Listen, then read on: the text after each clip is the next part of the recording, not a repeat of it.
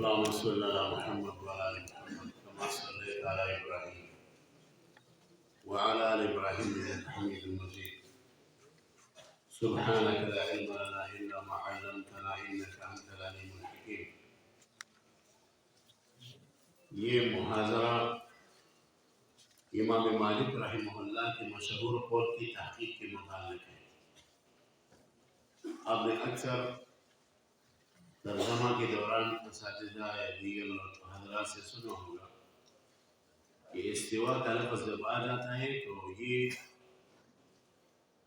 لفظ امام مالک کا پیش کیا جاتا ہے کہ امام مالک فرماتے ہیں الاستواء معلوم والکیف مجهول والایمان به واجب والسؤال عنه بدعہ. تو یہ جو مشہور لفظ ہے اصل میں امام مالک سے سند صحیح کے ساتھ یہ لفظ منقول نہیں ہے. اس لفظ کے متعلق ائمہ حضرات کے دو موقف ہیں. ایک موقف یہ ہے کہ یہ لفظ روایت بالمعنی کیا گیا ہے، اصل الفاظ امام مالک رحمہ اللہ کے زبان مبارک سے نہیں نکلے. اور دوسرا موقف یہ ہے کہ صحیح روایت جب موجود ہو تو اس مرجوح روایت کو نہیں لیا جائے گا، اس کو مردود کہا جائے گا. یعنی یا تو تطبیق کی صورت ہوگی اور یا تردید کی صورت ہوگی. امام مالک سے صحیح الفاظ کون سے منقول ہیں وہ آپ کی خدمت میں تھوڑا سا پیش کرنا چاہتا ہوں. آپ صفحہ 257 کی طرف اگر چلے جائیں تو امام مالک رحمہ اللہ سے صحیح الفاظ استواء کے متعلق یہ ہے کہ روى الامام البيهقي بسنده الى يحيى بن يحيى يقول كنا عند مالك بن انس فجاء رجل. یحییٰ بن یحییٰ فرماتے ہیں جس نے موطا کا روایت کیا ہے کہ ہم امام مالک کے پاس آئے. فجاء رجل، ایک آدمی آیا. فقال یا ابا عبداللہ الرحمن علی العرش استوى کیف استوى؟ فأطرق مالک، امام مالک نے رأس و سر جھکایا، کیونکہ سلف سے صفات کے متعلق جب پوچھا جاتا تو ان پر ایک خاص کیفیت ظاہر ہو جاتی ہے جس کی وجہ سے ان کو ڈر ہوتا کہ کہیں صفات کے مسئلے میں ہم سے غلطی نہ ہو جائے. ثم علاہ الرحزہ، پھر ان کی جسم پر پسینہ آ گیا. علاہ الرحزہ، ان کی جسم پر پسینہ آ گیا. اور جب ان کی جسم پر پسینہ آ گیا یعنی العرق قال واطرق القوم. اچھا، ثم قال الاستواء غیر مجهول والکیف غیر معقول. پھر یہ تاریخی الفاظ کہے جو صحیح سند کے ساتھ منقول ہے. فرمائے کہ تم مجھ سے استواء کے متعلق پوچھ رہے تو خوب سنو. الاستواء غیر مجهول، استواء غیر مجهول ہے. قرآن میں 7 جگہ اس کا ذکر آیا ہے، 7 آیاتوں کے اندر استواء کا ذکر ہے. الاستواء غیر مجهول، اور پھر کہا کہ والکیف غیر معقول، کیف منفی ہے. ہم کہتے ہیں نا کیف، یہ بات غیر معقول ہے. یہ لفظ کہ یہ بات غیر معقول ہے، اس کا مطلب یہ ہوتا ہے کہ یہ لفظ منفی ہے. تو اس کا مطلب یہ ہے کہ اللہ تعالیٰ کی صفت استواء سے لفظی کیف منفی ہے، کیونکہ کیفیت کے بارے میں کئی بار یہ تحقیق گزر چکی ہے کہ کیفیت اصل میں جسم کا خاصہ ہے. ٹھیک ہے. والکیف غیر معقول والایمان به واجب، ایمان اس پر واجب ہے. والسؤال عنہ بدعہ، اور اس سے سوال کرنا بدعت ہے. وما اراک الا مبتدعا، میرے ذہن میں آ رہا ہے کہ تو مبتدع ہے. اور بعض لوگ کہتے ہیں کہ جہاں بن صفوان، مشہور مبتدع جہاں بن صفوان تھا. فامر به، طلبا کو حکم دیا ان یخرج، کہ اس کو مسجد نبوی سے باہر پھینکو. تو طلبا نے ڈنڈوری کے ساتھ اس کو باہر پھینکا. اس بدعتی کو مسجد کے اندر نہ چھوڑو، اس کو باہر پھینکو. سمجھاری بات نہیں. تو یہ ایک روایت ہوئی اور یہ روایت صحیح ہے. اور اس روایت کی امام بیہقی نے الاعتقاد والہدایہ الی سبیل الرشاد کے اندر نقل کیا ہے. دوسری روایت یہ ہے روى اللالكائي بسنده الى جعفر بن عبد الله قال جاء رجل الى مالك بن انس فقال يا ابا عبد الرحمن، يا ابا عبد الله الرحمن على العرش استوى كيف استوى؟ قال فما رايت مالكا وجد من شيء كما وجد من مقالته. امام مالک کو کبھی بھی ایسے ڈر کے حالت میں نہیں دیکھا جس طرح اس وقت وہ ڈر رہے تھے، جو کیفیت تھی. وعلاه الرحزاء، اور ان کی جسم پر پسینہ آ گیا، شرابور ہو گئی ان العرق. قال وأترك القوم وجعلوا ينتظرون ما يأتي منه فيه. قال فسري عن مالك قال الكيف. جب امام مالک سے وہ کیفیت ختم ہو گئی تو پھر فرمانے لگے، ان الفاظ کی طرف توجہ رکھیں، پھر فرمانے لگے الکیف غیر معقول. کیا کہا؟ الکیف غیر معقول. اللہ تعالیٰ کی ذات اور صفات سے کیفیت منفی ہے. ہم اردو میں بھی کہتے ہیں یہ بات غیر معقول ہے، آپ پشتو میں بھی کہتے ہیں کہ خبر غیر معقول ہے. کیا معنی؟ یہ لفظ منفی ہے، یہ ثابت ہی نہیں. والاستواء غیر مجهول، اور استواء تو غیر مجهول ہے. قرآن کریم میں اس کا ذکر بہت مشہور ہے، 7 جگہوں پر وہ آ رہے ہیں، یہ بہت مشہور لفظ ہے. والایمان به واجب، اور صفت استواء پر ایمان لے آنا واجب ہے. والسؤال عنه بدعة فإني أخاف أن تكون ضالا، مجھے ڈر ہے کہ تو گمراہ ہے. وأمر به فأخرج، حکم کیا اور اس کو نکالا گیا. یہ امام لالکائی نے اپنی کتاب میں اس روایت کو ذکر کیا ہے. 2 روایتیں ہو گئی. تیسری روایت جو سند صحیح کے ساتھ منقول ہے فتح الباری میں، امام حافظ ابن حجر اسقلانی نے حکم لگایا ہے کہ وسندہ جید، سند اس کا صحیح. مولانا رحمۃ اللہ سب سمجھ رہے ہو نا؟ مولانا دیکھیں تیسری روایت، عن عبد الله بن وهب قال كنا عند مالك فدخل رجل فقال يا أبا عبد الله الرحمن على العرش استوى كيف استوى؟ فأطرق مالك فأخذته الرهزاء ثم رفع رأسه فقال الرحمن على العرش استوى كما وصف به نفسه. اللہ نے خود صفت استواء اپنے لیے ثابت کیا. پھر فرمایا ولا يقال كيف كيف کا لفظ اللہ کے لیے استعمال نہیں ہو سکتا. کیوں؟ کیف آراز میں سے، کیف آراز میں سے، اور آراز قسم ہے عالم، اور عالم حادث ہے، اس لیے کہا ولا يقال كيف وكيف عنه مرفوع وما أراك إلا صاحب بدعة أخرجوه اس بدعتی کو نکالو مسجد سے. یہ 3 روایتیں ہو گئی، اور ان 3 روایتوں سے یہ الفاظ ثابت ہے. اب آگے دوسری روایت کی طرف آ جاتے ہیں جو ضعیف ہے، اور وہ یہ ہے الاستواء معلوم والکیف مجهول والایمان به واجب والسؤال عنه بدعة. اب یہ جو روایت ہے اس کی 2 قسم کے معنی ہیں. ایک معنی وہ ہے جو غیر مقلدین لوگ کرتے ہیں. غیر مقلدین یوں کرتے ہیں الاستواء معلوم، استواء کا معنی معلوم ہے اور وہ استقرار اور تمکن کے معنی میں ہے، ٹھیک ہے. والکیف مجهول، اور اس کی صرف کیفیت ہمیں معلوم نہیں ہے. تو یہ وہ معنی ہو گیا جو غیر مقلدین کرتے ہیں، ٹھیک ہے نا. تو یہ معنی غلط ہے. اگر یہ معنی کیا جائے تو یہ تو ایک ضعیف روایت ہے، مجہول روایت ہے. اس کے مقابلے میں جو صحیح روایت آئی ہیں اس کو راجح قرار دیں گے اور اس روایت کو جو نا مرجوح قرار دیں گے. ایک طریقہ تو یہ. بعض حضرات نے تطبیق کا طریقہ اختیار کیا ہے، خوب سمجھو. بعض حضرات نے تطبیق کا طریقہ اختیار کیا ہے.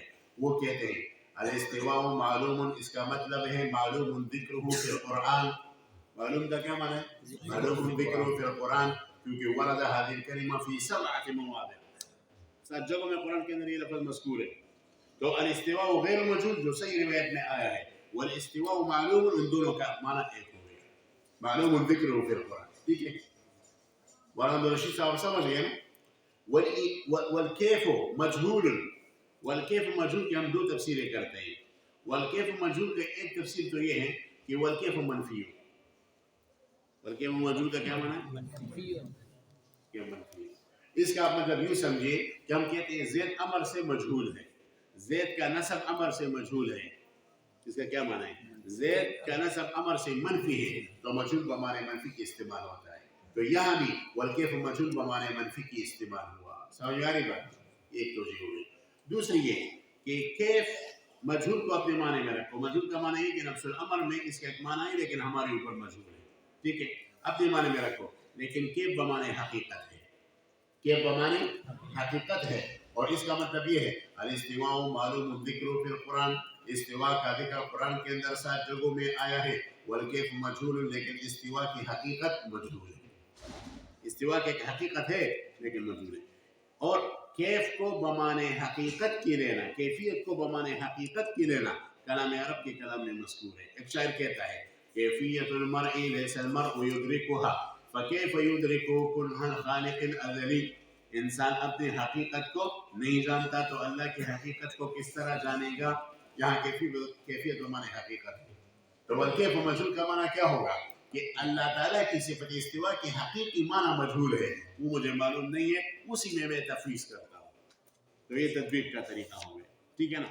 اور دوسرا تطبیق کا طریقہ یہ ہے کہ یوں کہو الاستواء معلوم ذکر فی القرآن، یا یوں کہو الاستواء معلوم المعنی، استوا کے 27 معنی آتے ہیں. تو جب اللہ کے لیے لفظ استوا کا ذکر ہو جائے تو معلوم المعنی کا مطلب یہ ہے کہ جو مناسب معنی ہے استوا کا وہی ثابت کرو، اور وہ استولا ہے. معلوم الاستواء معلوم، بھائی اللہ کے لیے استوا معلوم ہے، اور وہ کیا ہے؟ استیلا. تو یہ تعویلی معنی ہو گیا، ٹھیک ہے نا. تو یہ طریقہ تطبیق ہے ان پہلے صحیح روایات میں اور امام مالک کی اس روایت کے اندر، ٹھیک ہے نا. اور ان سب باتوں سے یہ بات ثابت ہو گئی ہے کہ امام مالک کی جو الفاظ الاستواء معلوم ہو رہی ہے تو یہ ثابت ہی نہیں ہے یا روایت بالمعنی ہے. پھر اس میں دو طریقے، یا ترجیح کا طریقہ اختیار کرو، یہ صحیح روایت کو تم ذکر کرو، اور یا تطبیق کا طریقہ اختیار کرو، دونوں کے اندر تطبیق ہے. مولانا صاحب سمجھ گئے نا یہ بات ہے. اب اچھا تھوڑے سے حاشیے کی طرف آ جائیے. حاشیے میں یہی بات ہے، صفحہ نمبر 258 پر آ جاؤ. حاشیہ نمبر 1، قال الامام شہاب الدین القرافی، امام مالک خود مالکی سے، اور جو یہ نیچے میں اقوال پیش کروں یہ بھی مالکیہ کی ہے. صاحب البیت ادرا بما فیہ واہل مکہ ادرا بشعابها. تو مالکیہ اپنے امام کے قول کو خوب سمجھتے ہیں. اب مالکیہ امام مالک کے قول کے متعلق کیا کہتے ہیں یہ سنو. قال الامام شہاب الدین القرافی، دیکھ رہے ہو نا جگہ صفحہ 258. قال الامام شهاب القرافي ومعنى قول مالك الاستواء غير مجهول ان عقولنا دلتنا على الاستواء اللائق بالله وجلاله وعظمته وهو الاستيلاء. بھئی اللہ کے شان کے لائق جو استواء ہے وہ کیا ہے؟ استیلاء ہے. اچھا آگے کہتے ہیں وهو الاستيلاء دون الجلوس ونحوه مما لا يكون الا في الاجسام، وقوله والكيف غير معقول معناه ان ذات الله تعالى لا توصف بما وسعت العرب له كيف. جس کے لیے عرب نے لفظ کیف وضع کیا، اللہ کے لیے کیف کا استعمال ہو نہیں سکتا، کیونکہ کیف آراز کا قسم ہے. کیف کے ذریعے سے حوادث کا سوال کیا جاتا ہے. کہتے ہیں بما وضعت له العرب كيف وهو الاحوال المتنقلة والهيئات الجسمية من التربع وغيره، فلا ينقل ذلك في حقه تعالى لاستحالته في جهة الربوبية. اللہ کے لیے کیفا لفظ استعمال ہی نہیں ہوتا، کیونکہ کیفا کے ذریعے سے سوال اس لیے کیا جاتا ہے کہ وہ آدمی 4 زانوں بیٹا ہے، 2 زانوں بیٹا ہے، کس طرح بیٹا ہے. اللہ کے لیے بیٹے کی نسبت ہی کی نہیں جا سکتی. سمجھانی بات یہ قول ہو گیا. وقول والسؤال عنه بلا معناه لم تجري العادة في سيرة السلف بالسؤال عن هذه الأمور المثيرة للأهواء الفاسدة فهو بدعة. یہ سوالات کرنا بدعت کو آگے لے آنا، لہذا اس بدعت کو نکالنا. آگے کہتے ہیں وقول والسؤال، یہ تو ہو گیا. وقال العلامة محمد بن سلامة الأنصاري التونسي المالكي قال الإمام مالك رحمه الله لمن سأله عن آية الاستواء الاستواء معلوم محامله في اللسان وهو الاستيلاء وهو قبضاء وهو غلباء. سمجھانی بات ورانا ادھر سب سمجھ گئے. آگے والكيف غير معقول وما يؤدي إليه الظاهر من الكيف غير معقول لأنه مستحيل، والسؤال عن هذا بدعة والسؤال عن تعيين أحد المعامل في اللفظ المتشابه بدعة، فمشى في ذلك على طريق جمهور السلف. اور وہ معنی تفویض کرتے ہیں، کسی تعویلی تفسیری نہیں کرتے، تعویلی اجمالی کرتے ہیں. سمجھ میں آ رہی بات؟ آگے پڑھو. قال الامام القاضی ابو محمد عبد المالک بن علی بن نصر البغدادی المالکی. یہ اتنا بڑا آدمی تھا کہ مالکیہ اس کو مالکی صغیر کہتے تھے، اس کو مالکی صغیر کہتے. تو مالکی صغیر کیا فرماتے ہیں؟ کہتے وَعَلَمْ أَنَّ الْوَصْفَ لَهُ تَعَالَى بِالِاسْتِوَاءِ اتِّبَاعٌ لِلنَّصِّ. ہم جو صفت استواء اللہ کے لیے ثابت کرتے ہیں نص کی وجہ سے، وَتَسْلِيمٌ لِلشَّرْعِ وَتَصْدِيقٌ لِمَا وَصَفَ نَفْسُهُ تَعَالَى بِهِ وَلَا يَجُوزُ أَن يُثْبَتَ لَهُ كَيْفِيَّةٌ. استواء کے لیے کیفیت نہیں ہے، لأن الشرع لم يرد بذلك ولا أخبر النبي عليه السلام فيه بشيء ولا سألته الصحابة عنه، ولأن ذلك يرجع إلى التنقل والتحول وإشغال الحيز المكان والافتقار إلى الأماكن، وذلك يؤول إلى التجسيم. یہ تو مسئلہ تجسیم کی طرف چلا جائے گا. آگے کہتے ہیں وإلى قدم الأجسام وهذا كفر عند كافة أهل الإسلام. وقد أجمل مالك رحمه الله الجواب عن سؤال من سأله الرحمن على العرش استوى كيف استوى، فقال الاستواء منه غير مجهول والكيف منه غير معقول والسؤال عن هذا بدعة، ثم أمر بإخراج السائل. تو یہ بات ہو گئی. آگے جو حاشیہ ہے اس کے اندر یہ آیا ہے کہ لفظ کیفیت حقیقت کے معنی میں استعمال ہوتا ہے. یہاں یہ محاذرہ بھی ختم ہو گیا. آگے جو محاذرہ ہے وہ شرح عقیدۃ طحاویہ ابن ابی العز کے بارے میں ہی، وہ آپ خود مطالعہ کر رہے ہیں. مطالعے کی چیز ہے. اس میں نے یہ بات ظاہر کی ہے کہ عقیدۃ طحاویہ ایک مشہور متن ہے. اس پر بہت سارے لوگوں نے شروح لکھے ہیں. ایک شرح ایک آدمی نے لکھا ہے جس کا نام ابن ابی العز ہے، وہ بدعتی ہے. اس شرح سے اپنے آپ کو بچائیے. ابھی وفاق والوں نے اس کو درجہ خامسہ میں داخل نصاب کیا ہے، تو اس نے وفاق نے شرح بابرتی یا شرح غزنوی کو داخل کیا. اصل میں یہ علامہ غزنوی کی شرح ہے، لیکن بابرتی کی نسبت اس کی غلط ہے. علامہ بابرتی کی نسبت کرنا غلط ہے. یہ اصل میں علامہ غزنوی کی شرح ہے. اس سال وفاق نے درجہ خامسہ میں اس کو داخل نصاب کیا ہے. الحمدللہ یہ بہت اچھا فیصلہ ہوا ہے کہ اتنی قیمتی کتاب کو داخل نصاب کیا ہے. تو اس میں شرح عقیدۃ طحاویہ ابن ابی العز کی شرح کی پوری تفصیل موجود ہے. اس کا آپ مطالعہ خود کر لیں. اس کے بعد والا جو محاضرہ ہے، اس میں کچھ سوالات ساتھیوں نے مجھ سے کی تھے. ان سوالات کے جوابات کو دوسرے ساتھیوں نے مرتب کیا تھا اور خود دیکھ سکتے ہیں. اسی طرح اشاعرہ اور ماتریدیہ اہل سنت والجماعت کی اہم کتابیں کیا ہیں، اس کا میں نے ذکر کیا ہے. یا یوں کہیے کہ کوئی آدمی یہ کہنا چاہتا ہے کہ میں ماتریدیہ کے نہج پر میں مطالعہ ابتدا سے شروع کرنا چاہتا ہوں، تو پہلے مرتبے میں وہ کون سے کتاب کو پڑھے، دوسرے مرتبے میں کون سا پڑھے، آخر میں کون سی کتاب کو پڑھے. کوئی سادی کہے کہ میں اشاعرہ کی طرز پر کتابوں کو پڑھنا چاہتا ہوں، تو اس کی ترتیب کو میں نے حاشیے میں ذکر کیا ہے.